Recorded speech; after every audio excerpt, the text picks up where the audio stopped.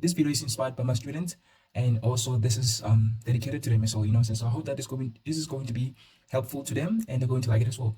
The reason I have not chosen a specific topic, it is because I don't want it to be biased. I didn't know what topic I should actually cover in the video, so I decided to do a multiple choice question which covers all or involves all the topics in physics, right.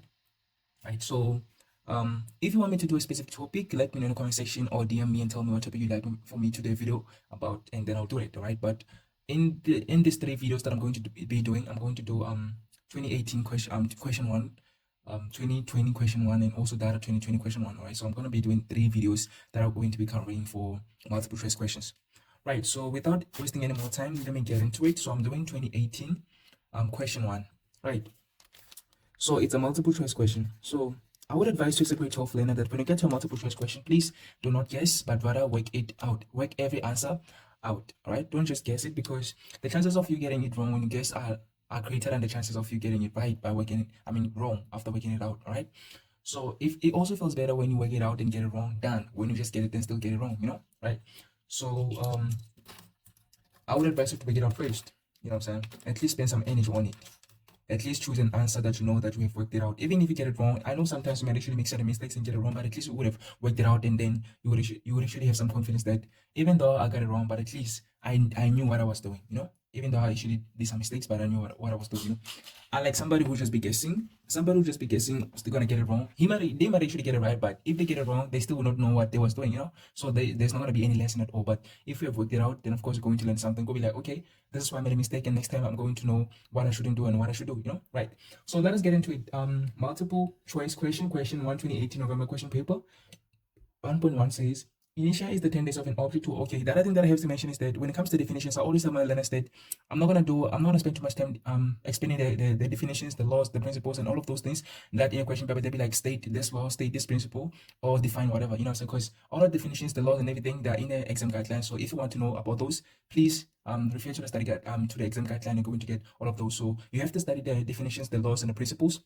I'm not going to spend too much time on them. Of course, I'm going to apply the laws, the principles, and the definitions in the theory, but I'm not going to explain. I'm not going to spend too much time explaining the definitions on their own, right? So, I'm actually saying this because the first question is asking us to define what inertia is. I know what it is, and of course, a lot of you know what it is. So I'm not going to actually spend too much time explaining it. Right? Inertia is what it is, and that is that. Right? If you want to know what it is, please go to the exam guideline and refer to that and study what inertia is. Right. So inertia is the tendency of an object to maintain its mass. No, that is not the correct answer. So it is not A. Inertia is the tendency of an object to continue in a state of non-uniform motion.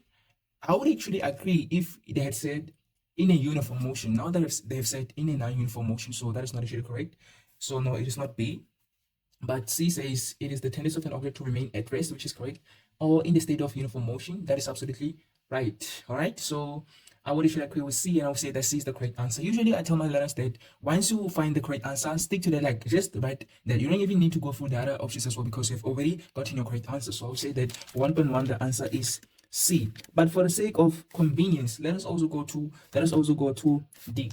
So this is the tendency of an object to maintain its velocity when a non-zero net force is acting on it. So I would actually say that that is also correct, because they say that maintain its velocity. That means that its velocity is going to be constant. It's going to remain constant. That is the same as the state of uniform motion. So when it maintains its velocity, that means that it has the same velocity throughout its motion, right? So they say that this happens when a non-zero net force is acting on it. That means that this net force is acting on this object. This object is moving, but it is moving at a constant velocity. That means that it is not accelerating. That means that according to Newton's second law, F net is equal to ma, and because it is not accelerating, that means acceleration is equal to 0. So that means that the net force is equal to 0. That is why they say that its velocity is maintained.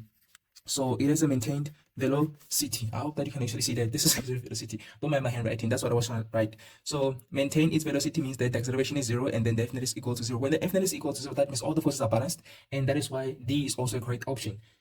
Inertia is the tendency of an object to maintain its velocity. Yes, that means acceleration is 0. The velocity is constant when a non-zero net force is acting on it. So that means the net force is equal to 0. I hope that that is clear. All right. Right. So let us go to 1.2. Okay, that means that I said that this also correct. This also correct. So that means that somebody would have said C is correct, but somebody would have said D is also correct. But when you get to the question, to the examination, please don't write C or D. Only choose one. right? Both of them are correct, but only choose one. The only one I'm mark one. So 1.2. Okay, the other thing that I have to mention is that when you get to the multiple choice question, there it is about actually it is allocated 20 marks and there's only 10 questions. So I would advise you to spend maximum of 2 minutes on each question. Don't spend too much time on each question. Don't spend over 2 minutes on each multiple choice question respectively. Right? Spend 20 minutes maximum on the whole of the multiple choice question one. All right. So in that way, you're going to be able to still have time to go back to the question because the question paper is 150 marks and for 180 minutes. So you're going to have, if you actually spend 1 minute per question, then you're going to have 30 minutes extra. Right, so that 30 minutes extra, you're going to utilize it to answer the question that you were not able to answer before you got down with the paper. Right, so for question one, which is 20 marks, spend 20 minutes maximum. And for each respective question, spend 2 minutes because each question is worth 2 marks. I hope that is clear. That is just my advice for you to be able to finish the paper in time. Let us get to question 1.2.